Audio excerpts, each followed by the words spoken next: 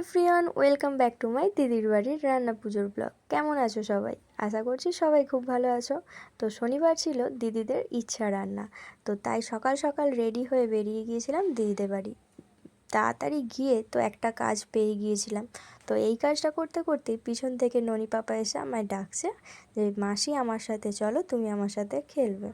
তো তাকে তো কোনো রকমে বোঝানো যাচ্ছিল না যে আমি আগে কাজটা করি তারপর তোমার সাথে খেলবো।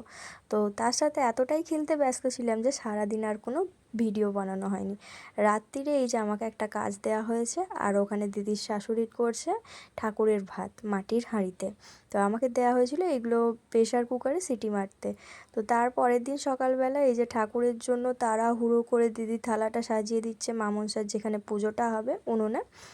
তো ওই উনানটা সাজানো হচ্ছে আর দিদি এখানে থালাটা সাজিয়ে দিচ্ছে। এই ছিল রান্না পুজোর ব্লগ, আর কোনো ভিডিও আমি নিতে পারিনি। তো ভিডিওটা তোমাদের কেমন লাগলো অবশ্যই কমেন্ট করে জানিও। ভালো লাগলে একটা শেয়ার করে দিও। তো চলো আজকের মতো টাটা।